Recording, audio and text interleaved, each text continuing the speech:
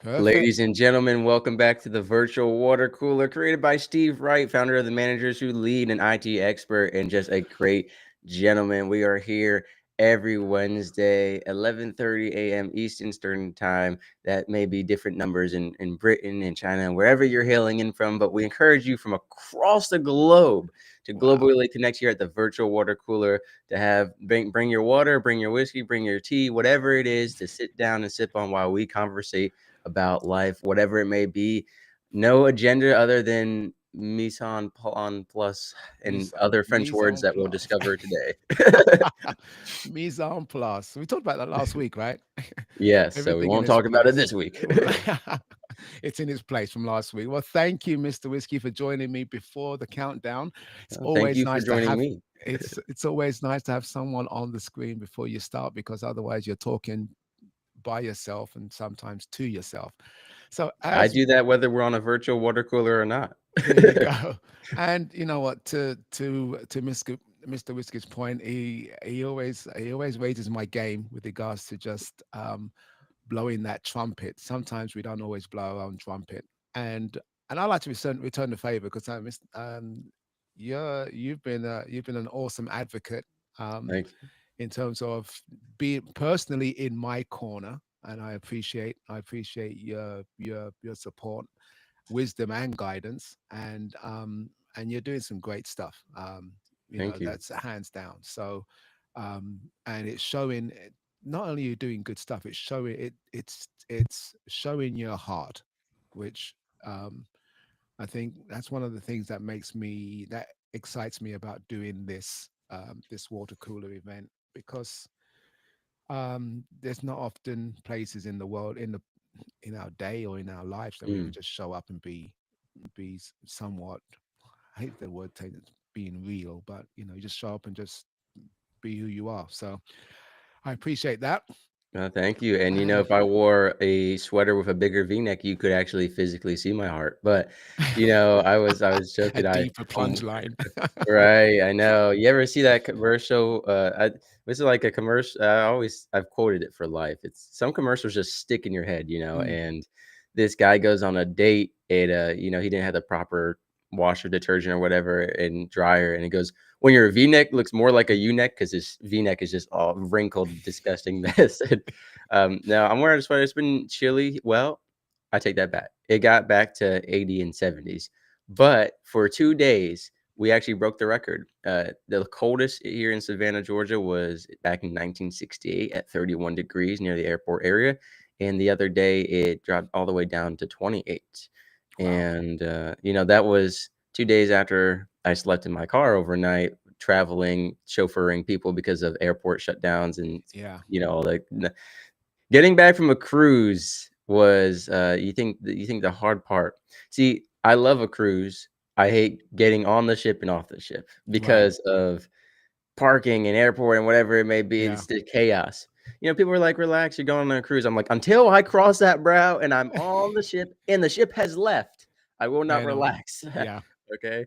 It's just there's too many headaches. It's better than an airport. I hate the airport. Mm. The cruise is much easier. You bring as many bags as you I don't know how many bags you can bring, but Oh, tell you compared to an airport, it's easy. yeah. Yeah. I bring a suitcase on a cruise. On an airport, I only have a backpack ever. I will military fold my clothes and pack Yeah. everything as compact as I can because I'll even if I have to get those plastic bags and suck the air out of it because I Yeah. am not dealing with no luggage or no airplane, and then it's just a nightmare. It's a nightmare. Yeah. So, Yeah. all you need is a backpack. That's interesting. That's interesting because yeah, I'm a minimal traveler, as much as I can. And I get my first uh, sort of journey into that was taking my mum to when we went to Paris and France, and we had Mhm. carry-ons only, no checked Yeah. bags. I have a And whole episode on a couple of Nick's podcasts about Steve Wright taking his mom to they did indeed make it to the top of the Eiffel Tower. In fact, by the yes, time they got through the line, the clouds have parted and the nasty weather went away. It was actually one of his 12-week year goals. Goals. So if you want to Yes. learn about periodization and breaking free of the societal structure of the calendar, check out that episode with Steve Wright on the Couple of Nicks You podcast. mean you mean you got this scripted or something? No, this is, this is not, no Well, that's a, script, no script. You can that's see, that's why you're a good stand-up comedian. You got to share. right? Yeah, Just that's make this it is stuff. oh this is the week you share about the about your I still comedy. don't have the files and stuff because the Oh, cameraman who clipped the mic to me, he went straight from our cruise to another event to another okay. event. So I'm waiting. And the issue is, so I recorded it from a back left angle landscape mode, right? Hmm. Because everyone else recorded it portrait mode. And so the whole idea was that throughout the video is switching camera angles because that looks Yeah, a lot more professional and yeah. it adds to the effect. Hmm. Now, I did it landscape mode because I had the knowledge of what I wanted recorded and I knew how my act was going to be. Right. Everyone else kept it portrait because, in their defense, every other comedian, quote, comedian, most of them were, first time stand up performers. They just stood there static with the mic. I Hmm. was dynamic. I was doing a full split almost. My hands were up in the air. They were down on the floor. They're left, right. I'm walking back and forth. And oh, we lost Steve Wright. Oh, there you're back. And wow, I guess my act was too dynamic for you, Steve. You disappeared from your own event. That's why I introduced us just in There you case. go. But yeah, I was dynamic, and so it should have been recorded landscape because Mm, people who had it portrait, I mean, they're trying to keep up with me now, and yeah, it's shaking, and so I got to figure all that out. I yeah. should have had someone. I assumed wrongfully that the people who volunteered to record the entire act were going to do so landscape. I didn't have a Right. designated recordee, and the issue is part of the act is a costume change slash shirt reveal, Oh. and from my back left angle, you don't get to see it. Mm. So we'll see. I'm figuring that out, and I'm very eager to get it put together. But I know that the individuals who recorded it, they got different events going on and stuff, and so Right. trying to be patient. There you But go. I want it as soon as possible, It's and coming. It's I don't know. coming. I was so inspired. I was like, I might just go tomorrow night and perform some stand-up comedy, but I need to have a designated partner to record. I got, because I got my own tripod and everything, and Mhm. it's interesting how people, yeah. I've had this issue where someone recorded me once speaking at an event, and they set up the camera where some woman sat down and her head blocked half of the screen. So I think people aren't. I have found, ironically enough, working in the media world with Mm, podcasters, content mhm. creators, people who film stuff, that not a lot of them, for some reason, are observant or cognitive of cameras in the room. Yeah. And for me, I'm always looking to make sure I'm not sitting in front of someone's camera or obstructing the view or something because I know that Oh, we're okay. all creators trying to film this to put on our website to create professional reels. Yeah. And then you just have people who just, and interestingly enough, Steve, if you want to get into it, I know you're a podcaster. Podcast guesting is people think it's easy. You just hop on a show, you tell your story. There's a craft to it. You and I actually spoke about this, Yeah. not rocking up to the nines and being fake, but not showing up in a Speedo and just no shirt, right? There's an authenticity. Like Yeah. Steve Wright said on my show, he shared this quote. He said, if you were to meet me in person at a bar in London, I would be the same as if you had met me Yeah. on your show. Yeah. I And got a some story about that people, as well. right. Remind me. Yes, I will. And like you said, you got some decent microphone setup, lighting and stuff because you do Mhm. this stuff full time. And same with me. I've got my color changing Yes, that's microphone nice. with 8 different modes for different recording. But anyway, I've got a spotlight in my eyes. That's why I blink so much. Shout Yeah. out to the people who comment on that. That's number one comment again. Mr. Whiskey blinks so much. Yeah, I have a giant spotlight in my eyes. I'm sorry. I live in an apartment with no overhead lighting because they say in historic Georgia there were no overhead lights. Okay. Well, you got Well, a hat. I don't You got a cowboy hat on, so overhead that lighting will just too, cast a right. shadow on your I face. should install some lights, like, right, just install some little lights on my hat. And Yeah. Couple but point LED. being, I've had plenty of guests and who, I don't know if you've experienced this, who really did not seem to care at all about the quality of the episode just that they're getting out there. Mm. They would have no microphone set up, be in an echoing chamber, or don't have good lighting. I've had some people, just I had a gentleman holding his phone and half of his hand was like blocking it. And it's come to the point where I, as the host, have to address it. Mhm. I was trying not to, and I do so respectfully. It's because it affects the quality of my show as well. Yeah. Now, granted, YouTube is a very small platform for podcasters who aren't, celebrity podcasters, right? For the Yeah. most part, people, even big companies, like I'll share example, Buzzsprout, their most popular episode, one of their best episodes, had a 45-minute retention time on their audio side. So people were Mm. listening to 45 minutes. YouTube side, that same exact video Yeah. with the video feature, 2-minute retention time, right? Right. It's just like podcasts on YouTube, their performance. Now it is growing. I keep up with all the statistics industry reports. Interestingly enough, that it was like a 40% increase the year before last in smart TV podcast YouTube viewing as a family event or couples event. Yeah. But that being said, people just come on the show not caring about their quality at all. And it's like, you have to treat it like, this every episode I do, I understand that this may be the only episode they ever listen to. Yeah.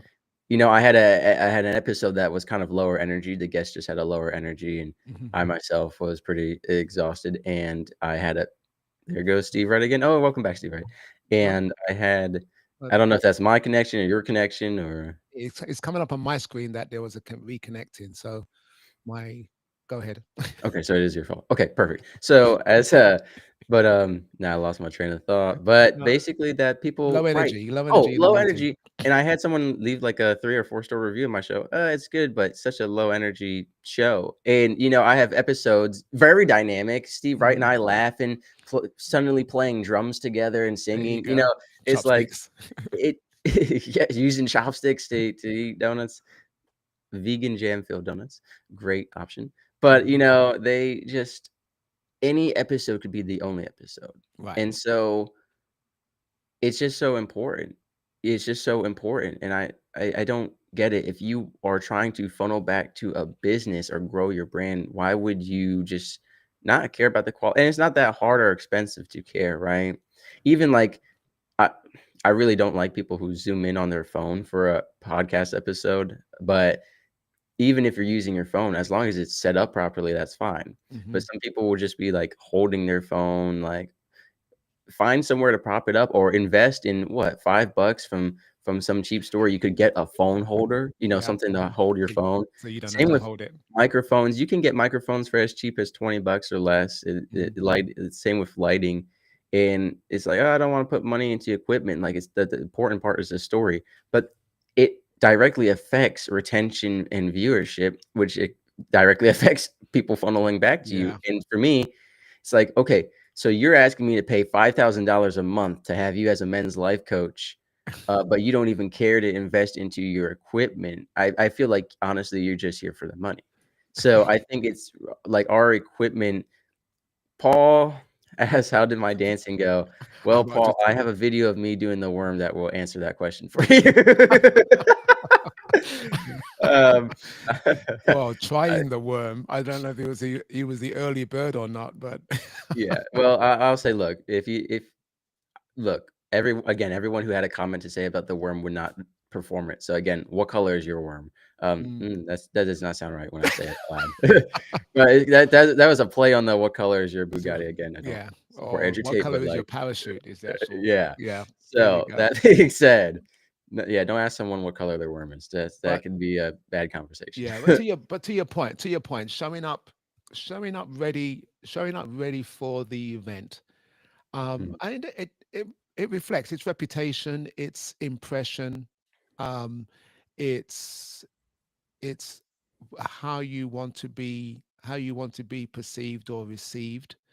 Um, so and people have their own. I mean, I've had that sort of awkwardness in terms of ensuring that someone's at least ready for an interaction. This is we're not just jumping on WhatsApp and having a video chat. We're going public on a platform that right. is going to be viewed by more than just us. So there is a public persona or a public um, representation to be had there. So $100%. that's important. And like you said, the barrier to entry is so low to get something that is Mhm. semi decent. You wouldn't you wouldn't treat your social media profile Mhm. the way you would necessarily walk up Well, to a. Kimberly Spencer wrote a book about all this. There's a lot of how to be a podcast guest books, and I used to think like it's so stupid. Like, what? Who would need that? It's so easy. And then I realized not everyone has the conscious. No dancing with the stars in your future. Well, I wouldn't quite say that, Paul. I wouldn't say I am the. I wouldn't say there's no hope. I would say there's a small percentage of hope. It's but it's that I had found that I am just I like very classic romantic style dancing, slow dancing. I did do some while we were in the Dominican Republic. I did dance with a woman. Um, I don't even know what kind of dance it was, but You talked about tango, some Argentinian so I tango did thing. not. Well, I guess there. So the issue is the cruise we went on last year. A whole bunch of different dance floors and dance parties and dance competitions. This year, this one we went on a floating museum, high class society, and there was not any like dancing outlets really, just a few things. And so I didn't get to compete in the salsa competition, which I was really excited for. And because they give you a little trophy of the ship, and I Right. was like super excited for that. And I mean, I thought it would be pretty easy since last year, like no men could dance. Women were partnering up with each other just to fulfill the competition. And Yeah. so, yeah. But what I want to say is, so Kimberly Spencer, she runs, Crown Yourself. She's been on my show, great woman. She made a book about like how to be the best podcast guest, and she likened it to dating. Like, if you're going to go Mm, on a first date, how do you present yourself? Your dating bio, how do you present that? yeah. If you ask a woman or a man out, how do you? Because I tell you, with the AI generated, if one more person sends me an email calling me epic podcaster, I'm just like, I'm done. I've gotten so many emails now, epic podcaster, all from different people. Like, stop calling me that. And I can tell AI generated emails because it just says Mr. Dot comma, because that's my first name on all my platforms. So Yeah. I can filter through it automatically. But just doing your research. I had a woman reach out the other day. Seems like a great woman, but she was like, Mr. Whiskey. And I think I mentioned this. Congratulations on 435 episodes or what. It's like it was not how many episodes I've had. I had Right. someone reach out. We loved your episode with ABC on XYZ. Never existed, right? Yeah. We had a guy he put like an interview, like let's with someone who had passed away. So let's say maybe an interview with Michael Jackson, and it was because it was Michael Jackson's secretary sharing like personal firsthand accounts with Mr. Jackson, and the guy emailed him like, "I really loved your interview with Michael Jackson. Such a spectacular thing. What he said just truly blew me away." And he was like, "Oh, what part did you like the most?" And he quotes him. He's like, "Okay." So the podcast responds, "Well, Michael Jackson's been dead." you know, like so. No, Wasn't. that did not. We did not interview him. Yeah. And so like some guests don't even. I had a guy come to my show, didn't know the name of the show, didn't know me, didn't know I was in the military. Like my bio that he found me from on the online software, it says Mr. Whiskey is a U.S. Navy veteran. Dot dot dot. And he was like, he didn't he halfway through the interview, he goes, "Were you in the military or something?" And it's like mind blowing. He was like, "I couldn't. Your profile was under some kind of group of nukes or something." And I was Okay. like, I started steaming Yeah. under that hat. I had to take it off. But it's just like it's not that hard to do your research. And one of my pet peeves is people pitch to be on my show, and then they Mm, present no website link, no social media handles, nothing. They right. make me go out of my way to do research. Yeah. I just pull up Paul. Come and join us, Paul. And Yeah, Paul, hop on. hi to Paul's Carl. embarrassed because Hi to he's like, Carla. he's He's got got his a arms tank top covered. on and it's cold out, so his arms are a little, Yeah. he's a little embarrassed. Paul, you know what? He might be texting us in between rounds of pickleball. He There might be you out on go. the court right now, and every time he goes to grab a drink of water from the real water cooler, the pickleball water cooler, There you he's go. hopping on the virtual water cooler. He's picking up the So virtual he's one. double water coolering. But and hi to Pickleball Carla. I Paul. think Carla's trying to get on as well. I'm not sure if there's a technical issue. I Ooh, did drop a couple Ms. of times, Hooker, welcome. but But um, yeah, but yeah, to your point, it's yeah, it's just it's courtesy. You don't have to do you don't have to be a um a, a dark web stalker on somebody's background, but just to sort of at least appreciate who they are and at what they're least know doing. the name of the show and Yeah, read a I description. and to your point about showing up in person, I met a friend that's become a really good friend. Justin Workman. Um, sorry. I said Justin Workman. I know Justin. I Wow. met him. I met him before we started connecting remotely. Before he became a podcaster. But but I met someone that I'd been introduced to remotely, and I met them in person this last weekend, and it was interesting because it wasn't a matter of sort of say, well, we had to kind of work out where we were in the train station, but it wasn't a matter of me trying to figure out who he was and what he looked like, because it was apparent when we met. It was just like a continuation Mm, of the connection that we'd fostered, yeah. and for me, um, that's how it should be. I mean, the medium shouldn't get in the way in how you connect. I mean, Right. it has constraints, and obviously, we've not met in person, but I know when we do, it's just going to I've be been like, trying, it's, but you just you're like my ex-girlfriend. You just keep playing games with when we're trying to meet up, and then you're canceling last minute. Oh, my friend has a birthday party. No, I'm just kidding. But I'm pretty easy to find in real life when I meet my guests. Like yeah, I'll give you an example. I had never met my roommate on last year's cruise. Like mm, we both didn't have someone else to room with, so we roomed together, yeah, and I'm in line at security, and then from all the way across the port, I hear someone say, "Mr. Whiskey," and I turn around. He's like, "I'm your roommate. I know that's you because of that hat." Yeah, so I'm pretty easy. I think the funniest thing has been height differences. Meeting some mm, guests. Like I met a woman, and I just assumed she was like the same height as me, and then she was maybe 5 foot tall or shorter, and, the pictures, it was so funny, and then I met a gentleman, I thought he was 5'4" and he was 6'2". I was like, "Whoa, yeah, yeah. okay." On Zoo maybe we should make Zoom rules where the Zoom camera, like, if you're a taller person, like, You come off you the have to be placed higher up, yeah, right? So yeah, right. right, right. But it's kinda interesting, but to your point, it's simple stuff, so, like, I'll give you an example. Last night, I recorded with a gentleman, Weston Brandon, amazing episode about, his wife passing away shortly after giving birth to his son, and how that affected his faith Mm, and his feelings towards his son, and just a beautiful summer conversation. But I pulled him aside at the end and said, "Mr. Brandon, great stuff."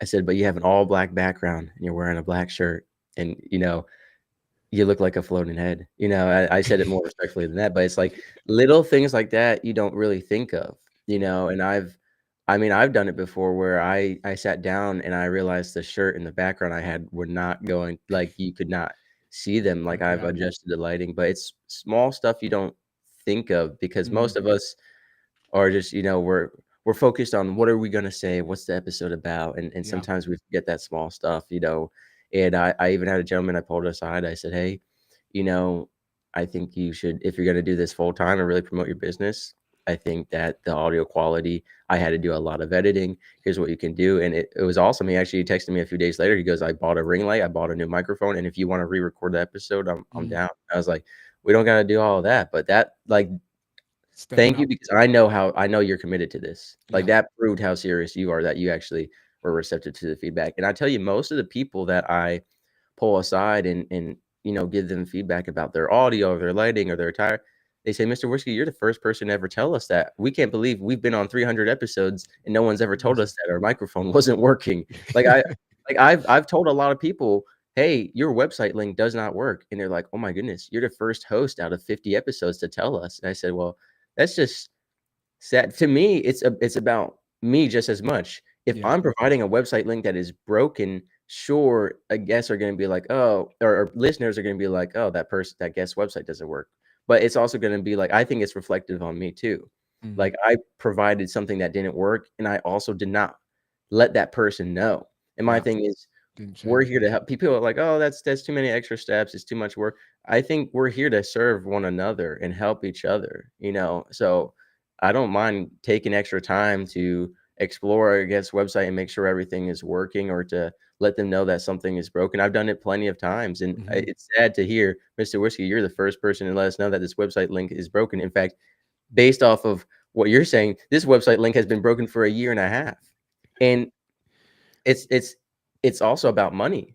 That broken website link may have cost them thousands of dollars worth of clients Mm. who went to go to the website link and it was broken.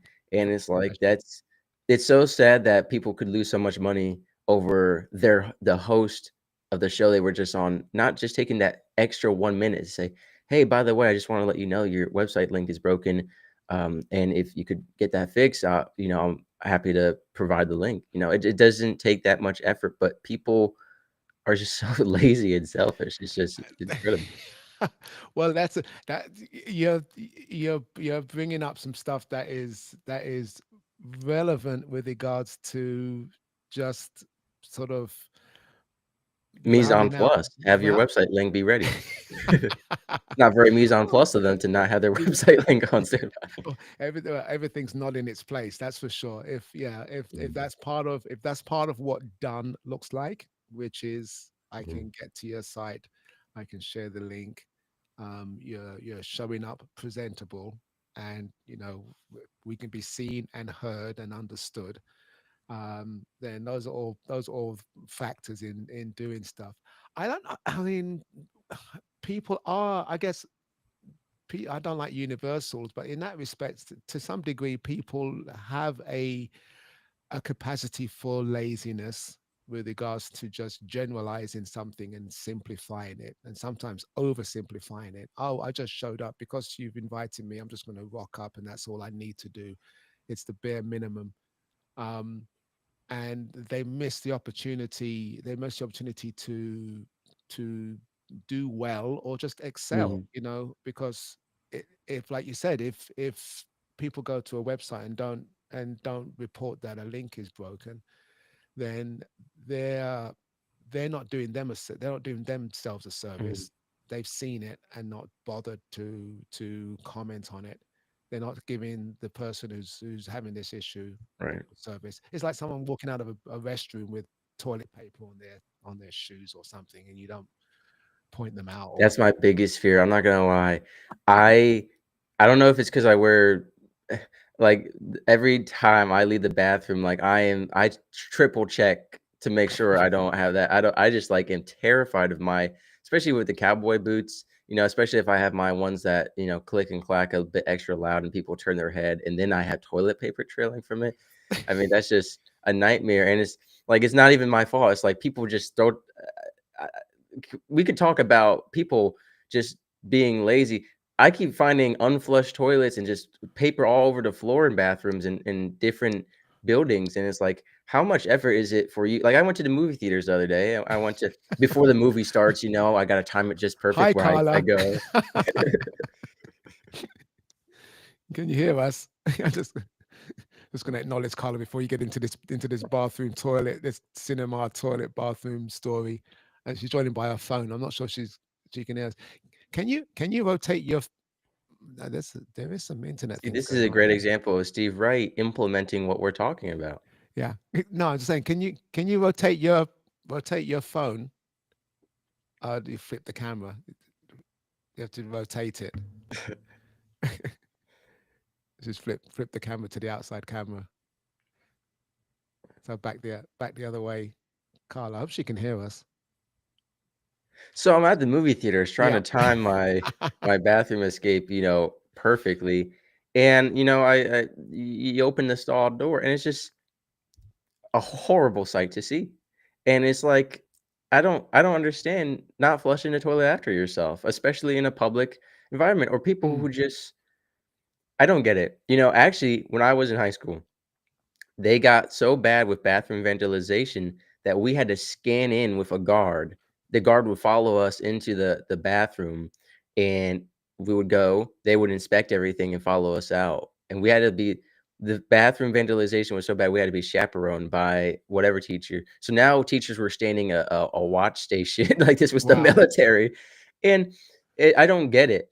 First of all, I've never been a disruptive, rebellious juvenile punk, Yeah. but I don't get it. I can't even get in the mindset of let's smash all the mirrors in a school bathroom. Let's take the toilet paper and throw it all over the floor. Let's rip the toilet off of the wall. I don't get it. I've never understood the mindsets of some people. Like they're the especially people who just have pure joy in malicious deeds. Like if there's a justification of, oh, there's some kind of trauma or at home issues and they're acting out for attention. Like I don't simply condemn all behavior because knowing why is so important, especially as a parent or a mentor. But there Yeah. are people who just maliciously enjoy vandalizing bathrooms, and I Mm. don't get it. Yeah.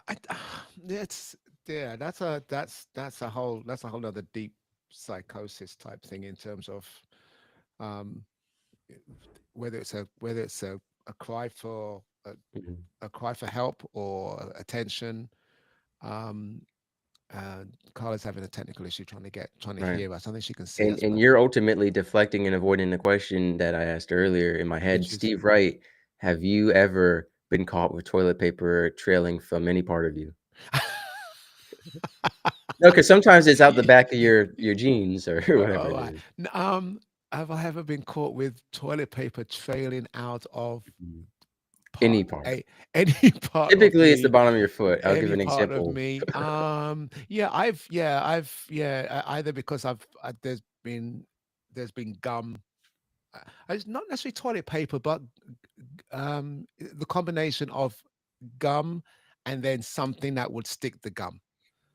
So like Mm. like Well, gum you end up itself is sticky unless it's gum itself dry is and crusted. sticky, if you're just walking on the if you're walking on the concrete, it will lose its stickiness because dirt will stick to it.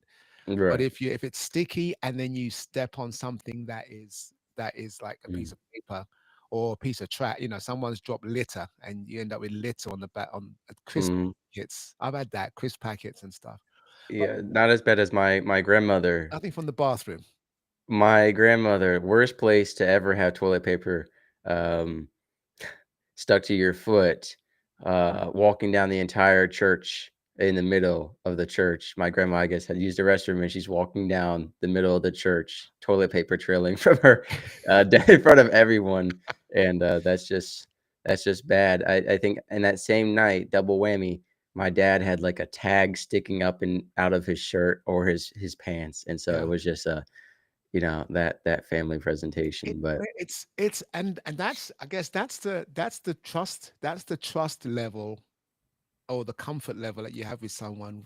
How comfortable do you have to be to point out a a a, a dressing error, like fixing someone's collar oh, I've pointed out some people who had stuff or hanging out of their nose, and I barely talked to them for 2 seconds in life. It's I don't know. It's always received with what's gratitude, but I feel a little weird being like, "Hey, what's we that just out of met your like a nose? minute ago, but you've got a bogey.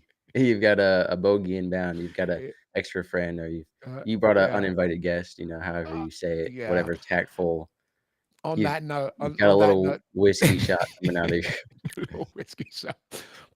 He's got a t-shirt he's on, got a so shirt on he's got today. his shoulders covered up. So Well, I think it's because he heard us talking about the tank top and he went and changed. He actually went and did a costume change and then came back. He's like, "I can't be caught." there you go. How you doing, Paul? Hey Steve, hey Mr. Whiskey, good to see you guys. I'm doing well. It's funny because kind of like a weather. North Florida is like colder than um down south, but Mm. yeah, I hadn't. I just recently I got back to wearing the tank top because it's been a lot colder than usual. But what's funny is like I've been playing because of the time change. It gets dark at like 5:30. So I've been playing like pickleball at If you're night and lucky. stuff. Oh, why? Mm. What time does it get dark for you? Here it gets dark by probably like 5:30. I I would mean, say. it's as early as 4:30 already. It's just like it's dreadful. At 8 p.m. it's like pitch blackout, and but 4 a.m. in the morning it's bright and sunny out. But Paul, if you're about to say you wake up at 4 a.m. to play pickleball, I'm sorry, I'm not joining you. That's too early.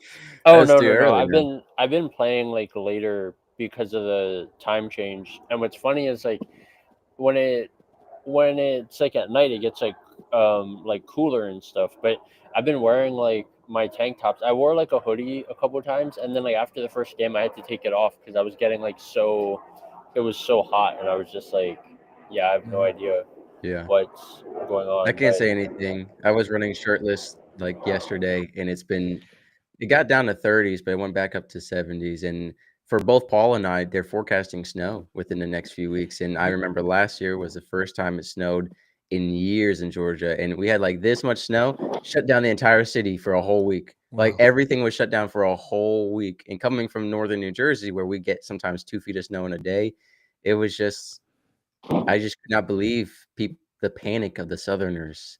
Like I consider myself a Southerner now, having been here for a few years, and I always growing up in New Jersey, everyone said, "Why do you have a Southern accent?" And I said, "I don't know. I was born in New Jersey." But Yeah. that's the one northern thing about me is I don't like lose my top over snow. But I tell you, they were like, "We're not prepared. There's no salt. There's no plows. There's no chains around the tires. There's the roads are not prepared for this." And it Yeah. was like this much snow. It was gone the next day, and they kept the city shut down for a whole week. Like everything was just completely shut down. And Paul, were you in Florida at that time when that happened last year? oh yeah, I was. But I think the only part of Florida that got snow was like the central part, like the Gulf. Okay. And I think I had some friends who live in Panama City, and they said Mm, that they got snow. But I think like if it's yeah. gonna snow anywhere in Florida, I'm probably like the snow kryptonite because I've always like wanted to get snow. And I remember like my first year of traveling and training with like mentors and going to events and all this stuff. Like I went to Colorado for my first retreat, and my mentor was like, "Oh, you should pack like for snow." And I was like, "Oh, I've never experienced snow." So I was like so excited. And it snowed the day before we got there, and then the day that I got there, it didn't snow. And then the day after I left, it snowed. Then in 2023, I went to Las Vegas for an event, and it snowed the day before, didn't snow at all while I was there, and then as soon as I left, it started snowing. I'm like, well, I guess it's just Well, not we meant for talked me to. about this the other day Yeah. in the Restream event, how hurricanes kept avoiding your area because you were wearing a tank top. And I think it's the same thing. If I was a winter storm of snow and I saw you in the sleeveless tank top flexing, I'd probably be like, "We're gonna go to Central Florida. We're gonna go somewhere else." So I think the issue is you're just too intimidating. It's too The pickleball intimidating. Paul arms are Uh, just, I mean, it Pickleball Paul. pickleball Paul. Yeah, that's not going away. That's We've got funny. Sexy Steve, Pickleball Paul, we got Mr. Whiskey. Mr. Whiskey, There's also an Adina Wright Admiral Whiskey. Designs, but she has not joined us on the Restream event. But check out her website, Adina Wright Designs, for the new furniture that you need. Yeah. But yeah, it's been interesting with the. And Steve, I noticed like with the show, because I missed the last couple weeks because I saw that you did it at like 10:30 and I had something and I was like, oh shoot. But Yeah. when you put it back to 11:30, I was like, okay, that works. It seems like that works better for a lot of people. I don't know why, but It, I messed up. I messed up the time zones. So oh, that has was it always partly. been at 11:30? Well, no, your clocks Back in went the back. day, it was on Tuesdays at a different time, and Yeah, your. Steve denied it, but I went all the way back Oh my to goodness. Facebook to the very beginning and found the original dates. But unfortunately, if I wanted to get some old clips from back in the day just to show Steve and I how much we've grown. And Facebook changed it where after 90 days, all the old things are deleted. All the Oh lives. yeah, We used to do Yes. yeah. Facebook Live, not Restream, and those all got deleted. So Yeah. it's a Yeah. shame. We had there was an episode where we all had a hat. Me, Justin Workman, Steve Wright, Judy Bloom, um, Judy And there's a couple other gentlemen that I've only seen once. There was a Captain Adam. There was everyone had a hat. There was a sombrero, a cowboy hat. There was a Jamaica ball cap. I mean, there's just a lot of different stuff. There we go. Steve, Anyway, if Carla's in the house to bring I- a sense of Yes.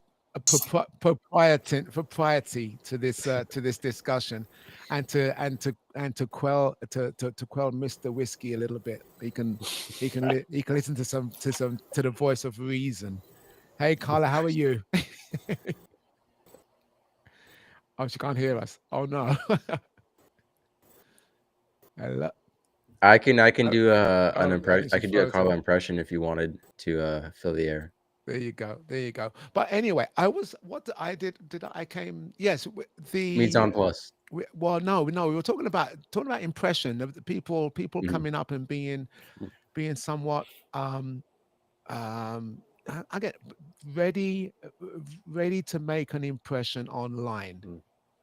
And notwithstanding technical issues, and Carla's Evanson where she's at, but notwithstanding a technical issue in terms of connecting on a platform, actually just being ready to engage on that platform.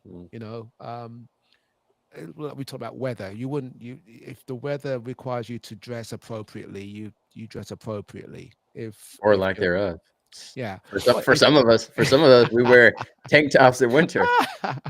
Paul's as bad as There you go, there's Whiskey. always that one guy. You go out in the middle of the winter in New Jersey. It's like 10 degrees out, and there's Yeah. some middle-aged heavyset guy wearing shorts, and I'm like, Yeah. what? How? What in the world? It is freezing out. But Yeah. I learned an expression too, Steve, if you want me to share about the weather, because St. Patrick's Day parade here in Savannah, we're one of the biggest cities for St. Patrick's Day, Wow. and it was freezing Arctic winds, and you had all these college girls basically in bikinis. And I learned an expression, and my friend taught me because I was complaining. I was like, "This is ridiculous. I'm freezing. I'm wearing full gear," and she goes, "Mr. Whiskey, hoes don't get cold. Hoes don't get cold." And I've learned that is a pretty. Wow. I have observed it in the wintertime at the Jersey Shore, at many events. I realized hoes don't get cold. And what that means in a more respectful way is some people prioritize their appearance over their comfort in terms of Okay. weather. Okay. Yeah. Thanks for Yeah. Yeah, for you the But can enlightenment. we explain can that. say with Because- hoes don't get cold, we can display a picture of Paul in the tank top from the recent episode and partner them together. Well, yeah, to the point. Are you Wait. Miss Carla? Can we hear Carla?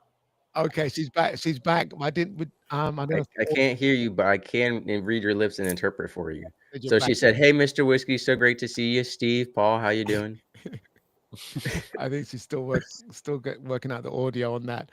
But to your point, yes, that wasn't where you took it in another total different direction. Oh, we can good, hear. good. No, just in terms of being appropriately dressed. If you're going to a wedding or a funeral, or you're going to an event, or you're going to something informal, or you're going to the beach, there's always that implied agreement or that implied contract in terms of what you're going to wear and how you're going to be dressed for your comfort, for people's expectations, for you to take part in the event or the activity. Online is something that you have to consider when you turn on a camera and you're showing yourself, not just to the people who are on the call with you, but also wherever this may go. And the fact that things in the social media space stay around a lot longer than you would like them to. Right. So And Steve's mom watches this, so make sure you're dressed properly. yes, please. That's his mom, everyone. So and thanks for asking after Paul. She's doing well. We got the internet back again, patchy, but it's there. So You're still Um, going to Jamaica, right? I'm looking. Yes, yeah. My daughter's going a bit earlier than me, but we'll be there for Christmas. 3 generations around the Is Christmas that Eve. the better American daughter, or is that the British one? Oh, stop! I'm not even gonna. You're just creating divisions in my in my girl. Yeah, I love them. I love them both just as much. So Yeah. that's Well, that's totally Steve, I got to fine. ask everyone a very interesting question based off what you said, because you said there are appropriate attires for different places. I'm gonna devil's argument you and say, who are you to tell me what to wear? You have no sovereignty over my body. Why is there a societal expectation of what I should wear? If I want to walk around in tassels, I should be allowed to. If I want to wear a bikini to a wedding, I should be allowed to. Now, I don't believe that. I am actually a very um like formal attire kind of person. But devil's advocate argument, I mean, what gives anyone in society the right to say, hey, you can't wear this? And I'm not even to the extent of the whole free nipple movement, but that aside, just like clothes at a funeral, like why do I have to wear black? Maybe I want to mourn in red. Like I'm curious your defense to or response to that argument. There's no defense to it, and I am not telling you what to wear and what not to wear. All I'm saying is that there are whether we like them or not, and some norms need to be fought against because they were made normative at the exclusion of people. Mhm. So when those people that you excluded from that norm show up, that becomes a problem. So that norm may need to change. Okay. So your question, who are you? Who am I to tell you what to wear? I'm not telling you what to wear. I'm just saying this is my observation. You as in society, not you Yes, directly, Steve Wright. yes, I just no, want to make no, sure. yeah, Okay. yes, Good. but then But I would wear that's whatever you told me, Steve. But I'm saying society in well, general. you told me to wear a hat for your show, so I went and got a hat, and that was a request and an invitation Mhm. to do something, an invitation to take part, and that's another thing. An invitation to take part has an implied agreement in it, Mm, to show up here, to contribute and share, and that's fine. And to to what's the word? I'm not empower, but just to encourage an audience. I mean, we're not here for show. I'm not. This is not a show. It's not showy in the sense that we're trying to make things happen to spike an algorithm. At the same time, if what we touch on strikes a chord with someone listening, either now or afterwards, then it's great to have that touch point with them. I had a great call with Barrington. He came in a couple. Was it last week or a couple of weeks now? Yeah, you were it with me was the last week. week before Week before. last because I was Yeah. on the cruise doing the worm. Yes. There you go. And that's a great segue into Mr. Whiskey dancing. He says Yes. he's doing the worm. I saw the video. I don't know about the doing part. He was trying the worm, Mr. but Steve Wright, if you could please demonstrate for us right now, live I on the restream, how to do the worm. I What have color not. is your worm? I could not. He's calling me out for. I couldn't even get down on the floor. So kudos to you, Mr. Thank Whiskey. you. Now, I know Steve Wright can dance and is athletic. I've seen him jump out of airplanes. I've seen him play soccer, and I have seen him jump rope, and I have seen him run marathons. Granted, the winner of the marathon was already on a plane home when he was halfway through. But I have seen Steve Wright be athletic, and I know one day me, Steve, Paul, and I guess Justin Workman will play a game of pickleball together. That's in the works, and then we'll do a photo shoot of it for a calendar, and we'll all be in our finest pickleball speedos. There you go. So that, in fact, to promote your Facebook Managers Who Lead program, my speedo will have your face on the front, Uh, unless you want to be on the back. It's kind of no, your preference. no. So, Carla, I'm sorry. So, shut him down, Carla. I'm Please used to shut him Yeah, Mr. down. Whiskey. somebody needs to I'm tame used to him. him. I didn't sign up for I it. Just didn't you're know. trying I to didn't know we promote were Steve talking Wright about and the snow. Managers Who Lead. Now he's talking about pickleball and speedo, Paul's the one who plays and pickleball. This is Paul's he's all fault. I've over never the played place. pickleball in my life. So Oh, you've never. Pickleball Paul started this. yeah, there you go. Well, okay. I've I never played a game of pickleball in my life. I I'm said being attacked over this. I said no. I said no. I said no norms for the water cooler live. I might I might have to You gotta put some I change might have to that. put some guardrails in there for me.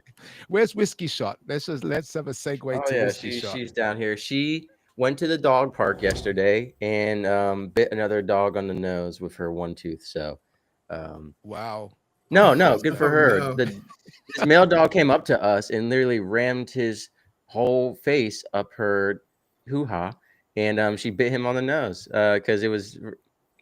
I think with her being so small, I mean that was just very invasive. Mm.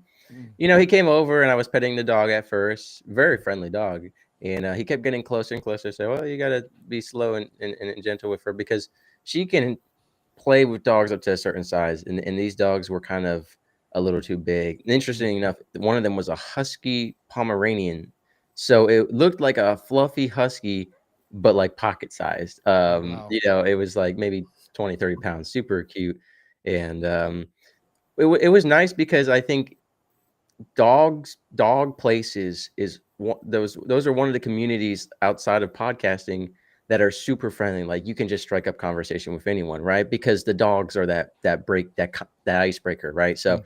everyone came over. Oh, how old is she? That we didn't even know you had a dog because she's so small. And then they tell you about how they rescued their dog, and then you get into conversation. So it's a great icebreaker. And yeah, little Whiskey Shy is doing fine. It's her birthday coming up soon, so I'll be hosting a Oh, party for that. And you got dog treats. You got next year's cruise, I'm gonna have I ordered a custom Hawaiian shirt, and it's like palm trees and flowers and bushes, and there's 3 different pictures of her peeking out from the trees or the bushes, and it's like her wildest face, bulging eyes, tongue out, like we're ready to cruise. oh, nice. And Yeah. I think I told you, Steve, I might send you one, and whoever else wants one. The ship is forward and aft, port and starboard. Hmm. And my one friend, she called me a professional aft hole because I got us turned around on the ship, even though I'm Navy. And so we were making cruising T-shirts that have the ship diagram forward, aft, and whatever. It says professional aft hole. Uh, I think that's going to be really fun wearing that on a cruise ship, or maybe I'll militarize it and sell it to Navy sailors for triple the price, but it'll be good. There you go. Carla, what's going on in your world? How you doing? I'm listening to Mr. Oh, Whiskey and thinking about his little dog. My dogs, I could never really enjoy the dog. They weren't going for that, especially the girl. She was, I won't call her a mutt, but she was mixed breed and she thought she was human. So when other dogs would try to come and sniff her, she wasn't going for that at all. I mean, Mm. especially if the dog was much larger than her, because she only weighed 6 pounds. Her name oh was wow. Dominique, but we called her Neek Neek. And Mm. she did not play about me. She did not play about sniffing her. And if she didn't want to do something like walk down the street for a walk, like you take your dog on a walk. Well, no, she would walk in the yard and that's it. If I took her on a walk with the boys, I ended up carrying her back, period. Because I've had to do that. with me, with a 6 pound dog at 5, you can't pull her but so much. And then people are driving by looking like, what's going on there? And she would sink her paws and claws into the ground, and it would be hard to pick her up. But then I had to carry her back home. So that never worked. And then going to the doggy park, she was always very aggressive, especially if it was a Saint Bernard or a Rottweiler. She would go Mm. crazy and lose her Yeah. mind. A Great Dane, all the big dogs, or a pit bull, she would Yeah. chase them. So not chasing them to play, chasing them to attack them. Mm. So the doggy park, I'm glad it worked for you, but it did not work for me. I'm glad what Caesar you was a shared. happy-go-lucky one. He was, I was yeah, just say he people was a don't Pomeranian understand. Papillon, so he loved everybody. Doggy park for Neek Neek just didn't work. Dogs have what is it about pet ownership that what is it about pet ownership that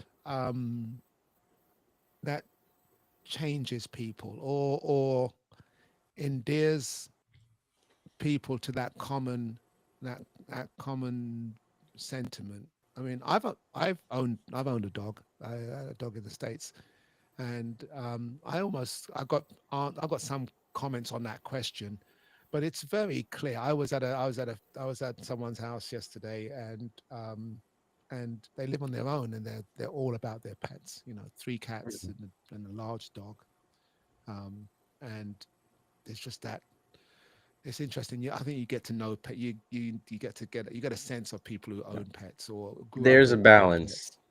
I would say there's a balance, Steve, because some people go very extreme end with pet ownership and in the way they treat people, and some people go so extreme that they dislike people. In fact, never date someone who loves animals more than people, because you will end up second priority. But Oh, yeah, I think there's a balance to be had. Like, I've met people who own between 7 and 20 dogs, and I think, at it once, just at one time. yes, Wow. especially, and I think there's a balance to be had, a balance of, hey, I need to give the proper time and attention to each individual pet, as well as just balancing your own life. I mean, if you have 7 to 20 dogs, you're spending so much time, like, they just become and consume your life. And I think it's important. And I just want to say, to Carla's point, my dog is only 3 pounds, but if she puts all her feet down and she doesn't want to walk, she becomes like an anchor. Like, so I'm like, but I can't pull her because she has she's small. And if I yank her, I'm going to crush her throat. So it ends up, I have to pick Right. her up or just turn around. So when dog, I can imagine, like, only 6 pounds, only 3 pounds, they just like, it's just like an anchor all of a sudden. You'll just be walking and just like your shoulder jerks back. You're like, what's going on? And my dog has gotten away from me. I've been walking her, and if I'm holding the leash not excessively tight and a squirrel jumps in front of her, I mean, she's ran out of my hands, and she'll drag her Yeah. leash, which weighs the same as her, down the sidewalk trying to. I've walked her, and I'm like, "What's in your mouth?" And she has like a whole live lizard. I'm like, "Get that out of your mouth! What are you doing?" So. But I think it's important. Like, I try not to. I love my dog, and there's a point where I have to recognize she's not my human daughter to that full extent. But yes, I have been in relationships where I told, my partner, like, hey, if we're on a work cruise and the dancing goes so wrong and the whole ship explodes, and there's my dog on a piece of debris and you on a piece of debris, and there's a shark coming, I can only save one of you. I'm saving the dog. Go. I realized my argument isn't very sound, because I would be like, well, there's billions of women, only one my dog. And then she was like, there's only one me. And I was like, yes, but I've known my dog longer than you. I don't know what to tell you. She's like, I'm gonna live Date over. 70 years longer than your dog. And I'm like, listen, that's why I need to save her. Also, my Yeah. dog has no opposable thumbs. Okay, I need to take care of her. You're a grown woman. You have thumbs. Okay, my dog doesn't. My dog doesn't even have teeth. Okay, I gotta help her out. Where is she? She got her. Oh my goodness. I think like so it's so interesting, Steve, because it's like I talk to so many people who have dogs, and like a lot of it with pets is like that accountability factor of like, if you don't want to do something, like when you have a dog or something, like they can't take care of themselves. So it's like it kind of holds people accountable to like, oh, I need to walk every day. I need to do this. I need to do that. So Mm. they become a great accountability partner. But the other thing, and I'd say like the universal thing that I hear from a lot of people is just that they're the epitome of like unconditional love, because even if you're like mad at them or whatever, like they still always want you. You could be gone forever, and I mean, you've heard numerous stories of like dogs traveling great lengths to find their owners and all these things. But the companionship is like really a big one. My aunt dog sits, so there's times where I think the most we've had is probably like 5 or 6 dogs at once, like different sizes, mostly like little dogs, I would say. Mm. But it's really interesting just seeing the dynamic. But what I don't think a lot of people realize is that dogs are very like energetic creatures, so they tend to kind of like mirror and mimic like their owners and stuff. Because when I first Mm. came, I didn't really understand a lot of it, and she would tell me like, when you hold a dog, like you have to be calm, because if you're nervous or whatever, then they're gonna kind of get that Mm. way as well. And I just learned a lot about pets in terms of like awareness and stuff, because Mm. when I was walking by myself for the longest time, I would just like go for a walk or whatever. But when you're walking with pets, like you really learn to pay attention to everything kind of around you, and their senses are heightened. So it's like sometimes where we'll be like walking, or I'm just like sitting down watching TV and I hear something and I'm like, did anybody else hear that? And there was like, nope, didn't hear anything. And then I go and look and it was something out the door. So it's like, I think there's something to be said about I've learned like so much from like all the dogs that we've watched, and they're all so different. And I think the biggest thing that I learned was something that ties over to like coaching and mentorship is like Mm-hmm. everybody's different. So what works for one doesn't work for the other. And you have to kind of look at things from a case by case basis, where so often you see people trying to like generalize things, or it's like, oh, this worked for me, this will work for you, and all that type of stuff. So it's just been a really good experience, and to kind of like prove that point of everybody's different, like all the dogs eat different things, they like different treats and all this stuff. And a lot of the owners are like so amazed, when my aunt watches them. We joke and we call her like the dog whisperer and stuff, because she knows how to make them like do things. And people are like, oh, they don't do that when they're with us. And they call her house the fun house, because she's always like walking them and feeding them. A lot of these dogs, like they don't get walked unless they come in, and unless they come to her Mhm. house. So I think like that's probably a lot of it too, is that unconditional factor. Because I feel like more than ever, especially with social media and technology and a lot of these things, there's so much like transactional relationships, right? Where it's like people are with you because of like who maybe because of like the money, or all these other things. Whereas the dog, Because of like your hat. it's right, it's just it's kind of like that human connection type of thing, where they can tell. My aunt always used to say like dogs they can read people pretty well. Yeah. And it's been really interesting, because there are like some people where the dogs, they'd be like "Rrr," they like growl at them and stuff, and I'd be like, oh wow, I don't even know that person. And then come along, it's like, oh, that's why they don't like that person. You'd see How I something choose and my girlfriends. If my dog, because my dog pretty much likes everyone, and there have been women that she did not like, and those ended up being, funnily enough, the only one of the only women I ever broke up with. She and the dog did not like each other, and so it's. I actually did a whole episode about this, Steve, on horses specifically, because they say there's an old saying: the best thing for the inside of a man is the outside of a horse, because they said the horse channels your emotions directly, even from a subconscious level. So if a man doesn't know how he feels, the horse is going to mimic it. And, I'll give you an example. This was the episode with Tommy Quills, who wrote The Horseman's Tale, excellent story about Vietnam. He was riding through northern Florida, and Paul, I don't know if you've seen them, and they're here in Georgia. They're like this big banana spiders. They're huge spiders that have yellow banana looking like legs. They're about the size of your face. And he's oh riding wow. the horse, and he turns a corner and boom, right into one.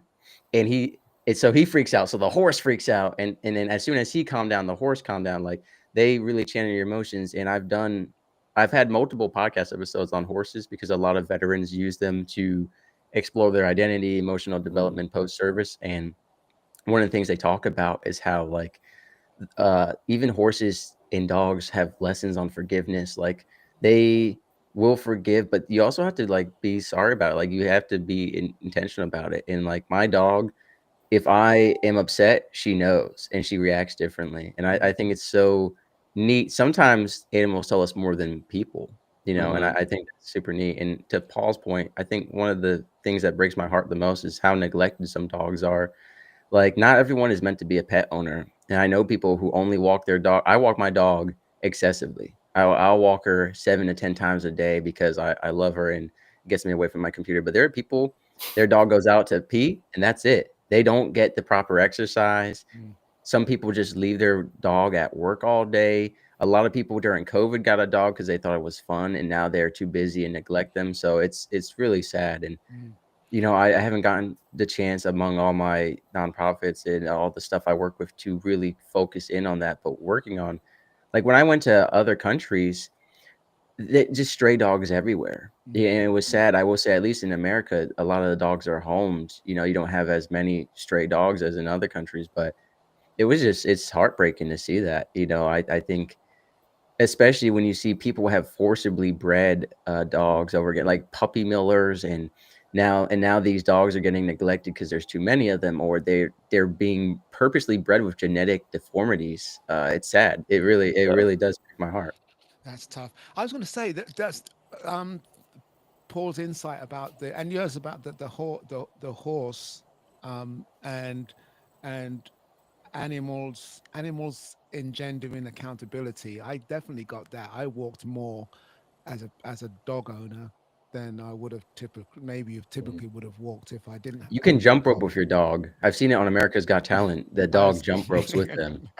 the other interesting thing is, like, when you mentioned the horse, the first thing that came to my mind was that herd animals need to think outside of themselves, Mm. because Mm, if something spikes the interest of any member of the Mm. herd, all of the herd need to pay attention. Yep. So whether it's because an antelope, whether because you got your eyes on the side of your head rather than on the front of your head, predators tend to have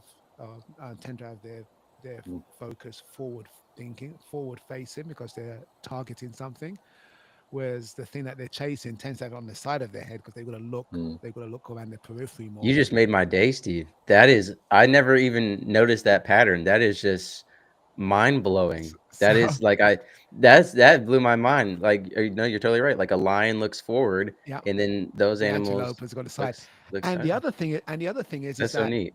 in that periphery, our peripheral vision is much more motion sensitive than it is Mm. anything else, because it's got rods instead of or cones instead of rods, whatever the eye makeup is.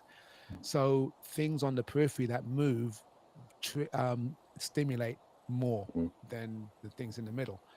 And the whole research about mirror neurons, where when someone yawns if I yawned now, even if I say the word yawn, I'm about you're to. about, you're about to yawn. And Carla I'm went off trying to not sleep. to. Carla It's went off just to sleep. I said, that has always really bothered me and struck me, as like, I've always wondered, why are yawns contagious? Like, yeah, I've tried to research it. It makes zero sense. it's m- I, and Yeah, I got you. I think that there's an element of that mirror neuron that says Mm. that we can feel something that is enacted in someone else, and that's Mm, part of our herd makeup as well. Mm. So when an animal is sensitive to how we are, it's sort of energetically an Yep. energetic barometer for how we feel, or even whether they sort of stay away from us or they gravitate towards us, because there's something that they've picked up Mm. in their senses, or even we pick up in theirs. We know. Yep. I'm some pet owners will just know whether the pet's well. Oh yeah, that's my aunt. Yeah, Like, she knows. She just knows. yeah, They could be doing like one little thing, and she'd be like, "Oh, something's wrong." And I'm like, "What? yeah, How did you get mhm, that from Yeah. one thing?" But I yeah. think, like, it almost kind of reminds me of like in like the intuition type of thing. Like, like an inner knowing, right? Like, you can kind of Mm, just feel something's off. And I think, going back to Steve, you and I talked a lot about, like, last year for me was a big like spiritual year, and mm, my word theme and area of focus last year was like intuition. And I think, like, especially with animals, like, they're very like instincts driven. They rely on their instincts a lot for a lot of things. So mm. when I was kind of like practicing that, it was I learned a lot about how they would just go based off of like feeling. And I mean, they weren't right like all the time, but I'd say like 90% of the time everybody thought the dog was crazy, but there was actually something, there. And I was like, oh well, they listen to their instincts. And so many Yeah. times on like the human side, right, people will think that you're crazy, like, oh well, I just have this inner feeling or knowing. And then more often than not, for a lot of people, it usually works out. So I, I Well, think that's it goes back to what we were talking about, is your child acting out maliciously or because of an issue. So I'll give you an example. If my dog, there was a time where my dog, she was just like seemed like she was refusing to walk or didn't want to walk, and it seemed like a behavioral thing. And I had to investigate because she can't talk to me in English. She doesn't really bark at me either, and she had a little splinter in her foot I had to remove, right? And I think it cultivates that you have to go above and beyond to find out what is wrong with your dog or your pet that can't verbally communicate, to find out why they're acting a certain way. And I think tying that back into what we started this conversation with, which was children's behavior, so many parents are quick to blame so many teachers or say, hey, the child is the issue, rather than, hey, there's something going on that's influencing their behavior. It becomes a blame game of the child is the issue, instead of, hey, there's an issue that's affecting the child. And I think as a pet owner, you have to investigate. And I think that same mentality applies to the children, instead of just saying like, oh, my kid's not walking. Oh, actually, my kid has a splinter in their foot, but they're not telling me. You know, your dog doesn't tell you because they can't, but your child maybe doesn't tell you because they feel like they can't tell you there's a splinter in foot. Maybe they're embarrassed. Maybe you have a harsh reaction every time they tell you something. Maybe they want to have some kind of independency. So, you know, your pets don't tell you because they can't tell you. Your children don't tell you because they don't want to or they can't. And so in both cases, you have to go out of your way to discover what that splinter is and then remove it. Yeah. Or help them remove it. That's powerful. That's just bringing us back to that sort of the neuroscience element, and just how we perceive and relate.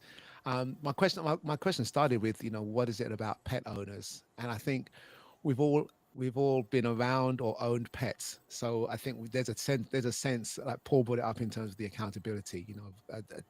An animal engenders the act of empathy or caring for something other than yourself.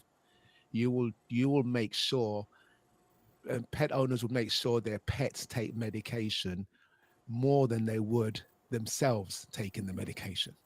If the doctor says go do something, but if the vet says your pet needs to take this thing, you would, your focus on something outside of yourself sometimes is much bigger than you would care for yourself.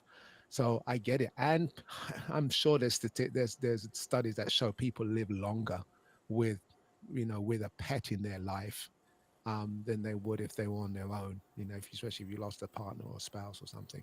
So I get that there's an element, that there's a quality. And to your point, Mr. Whiskey, about, the dog can't tell you what's wrong, but can only behaviorally express what's wrong. And you have to be aware of that behavioral expression.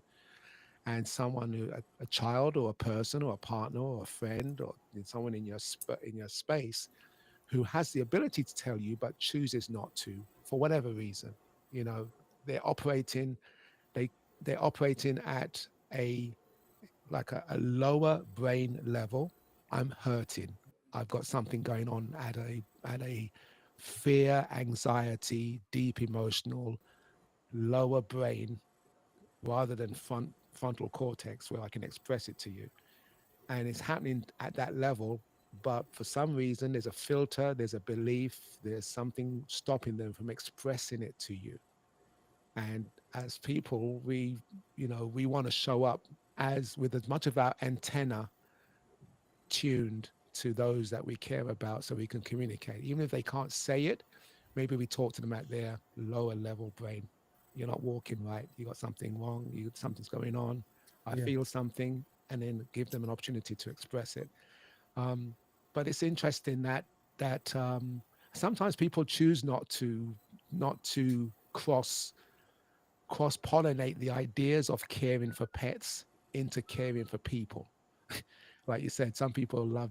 Yeah, for pets some more than reason, people. I told this, there was this woman, she was like really short and small and petite, and acted a lot like my dog. And I was like, oh my goodness, you're just like my dog. And she did not like that. But I love my dog. My dog's like the greatest thing in the world. But well, how people value Carla, dogs in general and how how would I you value my appreciate dog are different. how would you appreciate that comment by a man saying you're just like my Mr. Whiskey, you would be dismissed. If you told me like your dog, I would be like, you know what? I'm out.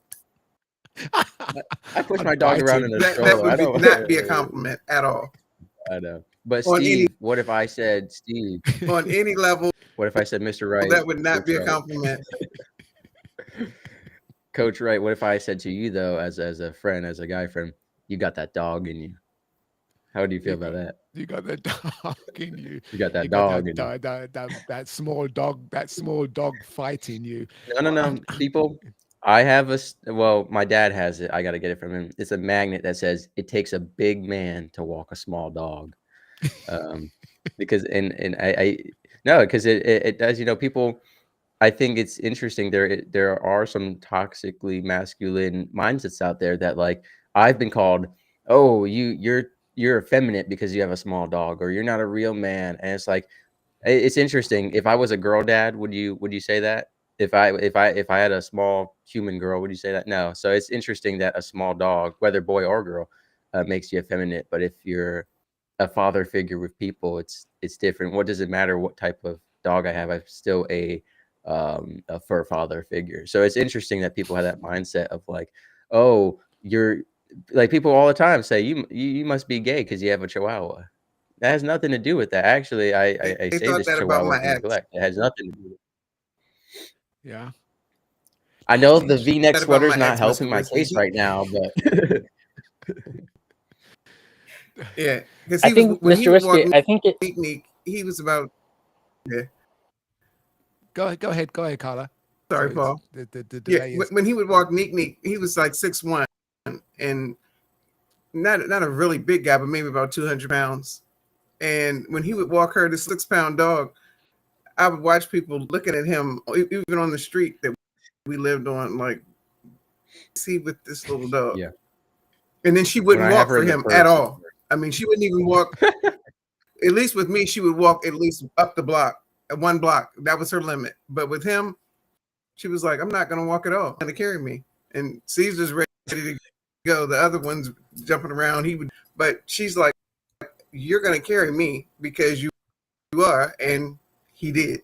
So, and people were yeah. looking like, now he's cradling her. She's refusing to like put her up on his shoulder or whatever. So he's looking really crazy with this little 6-pound dog, like she's, and then trying to walk. That's how I hold her. So I get what you're saying. I hold her like this. Yeah. This is how I hold her. Yeah, that's how. When I have That's her how in Neek wanted to be held, I have like a baby. Yep. I call it a dog satchel. Some people call it a purse. It's not a purse. But when I have her in my dog satchel, it definitely does not help. But for some reason, if I push her in the stroller, all of a sudden it's cool. It just doesn't make sense. The Merce versus the stroller mindset. Right. I don't know. But at the end of the day, I don't care because they'll say these comments and I'll say, what color is your dog? Yeah. Well, who are you to tell me you have to carry my dog, right? To your point about dress, about the norms. Yeah. Paul was gonna say something. Yeah, Paul, you were gonna say something before? Oh, I was gonna say I think they probably wouldn't feel that way if they heard about some of Mr. Whiskey's comparisons of how he talks to women and his dog type of thing. They probably would not feel that way, but and I'm glad that you brought it back to the dress thing, because I was kind of just thinking about that when I was like listening in before I hopped on, and I remember like being born and raised in Hawaii. It was a very like chill, relaxed thing. We would just wore like tank tops and shorts like all day, every day type of thing. And then why does it snow there? When you would go to like funerals and events and stuff, it was kind of just wearing like aloha shirts and pants or shorts or whatever. And it was what became really interesting for me when I moved was I think there's a fine line between like respect but also like showing people grace, because everybody's just different. Like everybody talks a lot about cultural differences and all these type of things, but you don't really kind of understand what that means until you're actually like in the thick of it. And what became really interesting for me was because deep down, like for me, if you gave me the choice, and even if the weather like aligned for it, I'd be wearing like tank top and shorts like all day. It's just comfortable. Like I'm more of a comfort person than I care about like the appearance of things. Like I want to be comfortable versus like wearing something fancy or shiny or whatever. I look at and then I had a mentor that said, well, for me, she's like, the way that I dress kind of affects how I feel like internally. And that was different because I was just Mhm. like, I don't I don't feel differently. Like if I'm wearing like a suit or whatever, I feel like the exact same way as I do if I'm wearing like a tank top and shorts. So I guess like Mm. it's kind of just a lot of internal difference. But where I was always conflicted was I always felt like when I wasn't dressing how I wanted to dress, that was, it was almost kind of like I wasn't in alignment with myself because I'm like, I'm playing this character, this image, like for this thing, whatever. And that was one thing for me that I kind of really had to work on because I always felt like it wasn't authentic, if I wasn't wearing like a tank top and shorts, because like that's really what I want to wear. I'm kind of like conforming and all this type of stuff. But Mhm. what I've learned a lot is the respect factor is like a big thing, especially if like you're going to somebody else's event or I always ask people like whether I'm speaking on a show or if I have an event or if I'm going somewhere, like what's the dress code, like how would you like me to dress, or what's the rules or whatever. That was something that I had to learn to ask because in Hawaii it was just kind of like a lot of unspoken stuff, like you Mhm. just see everybody wearing the same thing. And that was something that was really kind of eye opening for me. And I think to going back to that whole thing, like the grace piece is just so important because so often like people forget that they were the person at some point, who was kind of like the oddball, or like you were kind of working into something new.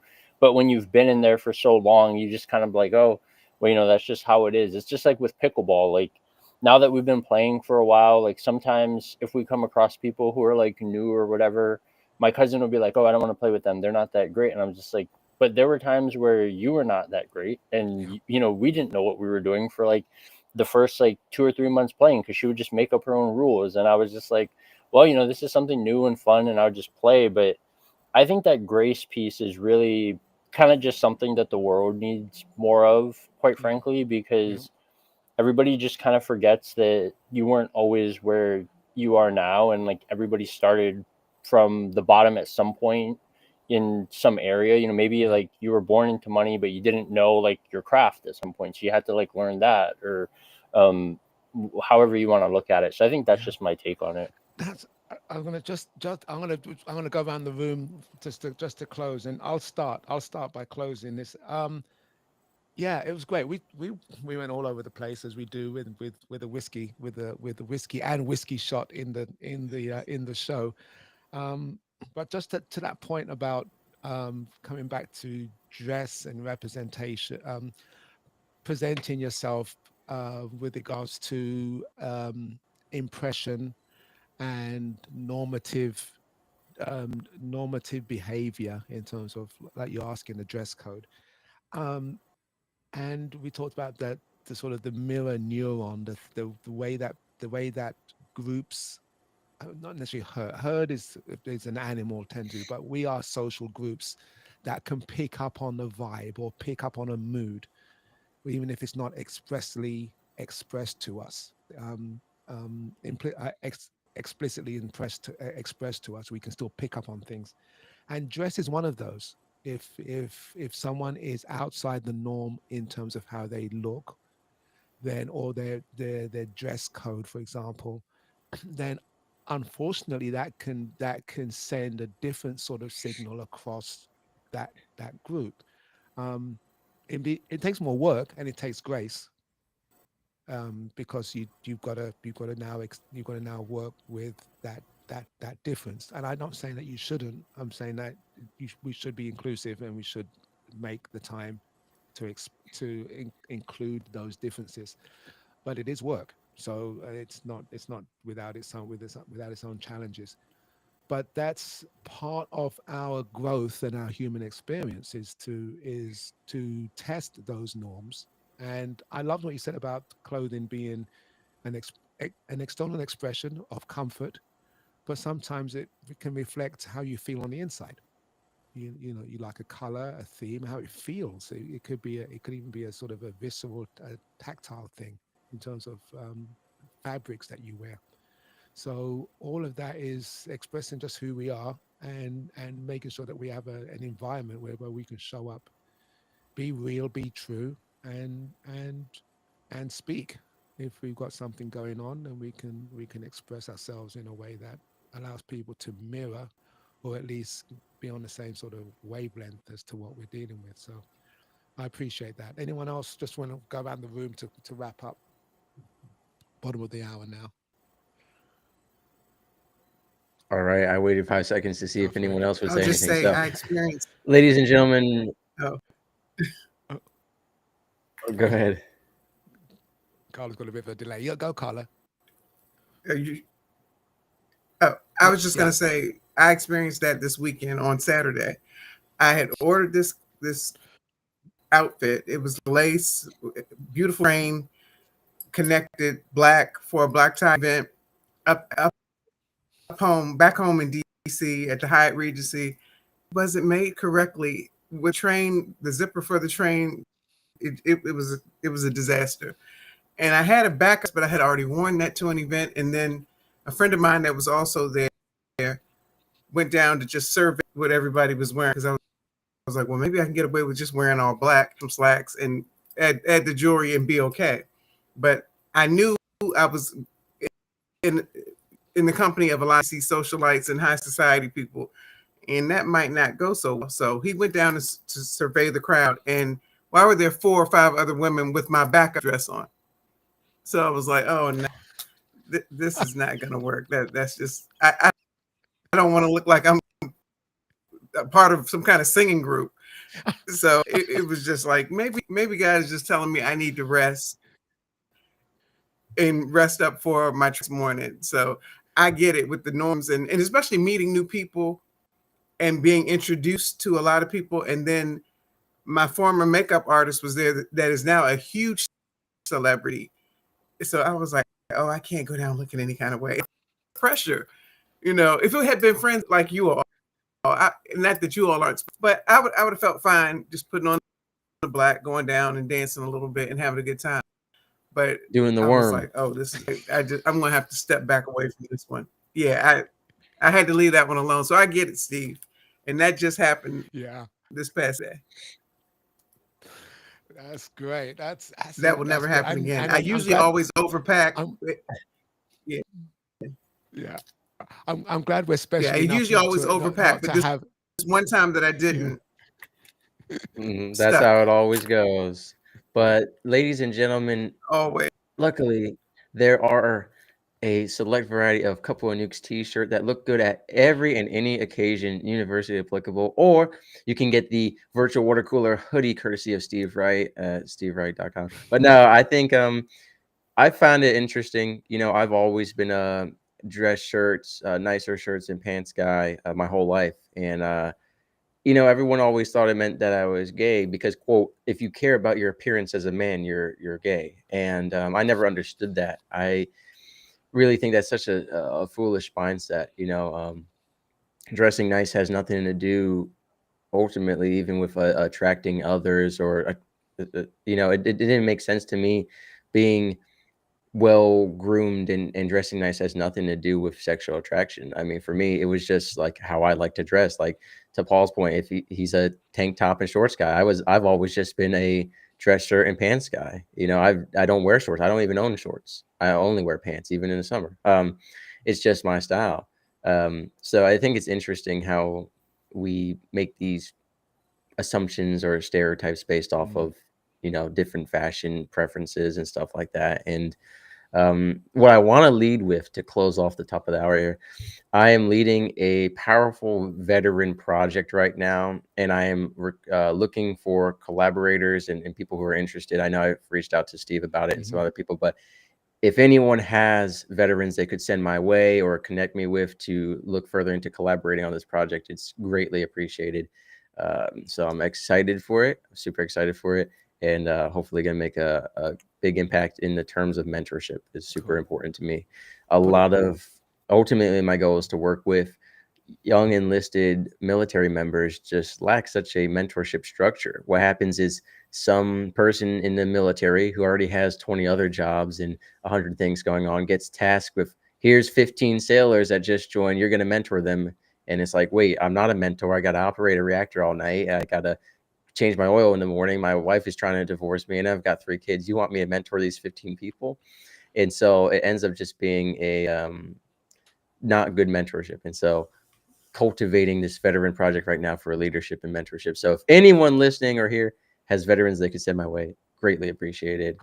Put a note in the comments as well, and I'll definitely share that out because I know I've got friends in that. Steve, back from the San Diego days when he would be on the dance floor in San Diego partying it up with all the sailors and soldiers over there. Well, they think because I keep my head, because I'm bald, or I keep my head short. They think I'm military for some reason. But no, it's a choice. Yeah, there you go. Paul, it's a preference. Paul, close us out, bro. Yeah, I'll definitely, Mr. Whiskey, I'll send you some people. I have a friend who just retired this year from the Navy, I think like 25 years. So I'll definitely put you in touch. You know, my final closing thoughts, it reminds me of something, Steve, that you said, I want to say it was like a month ago.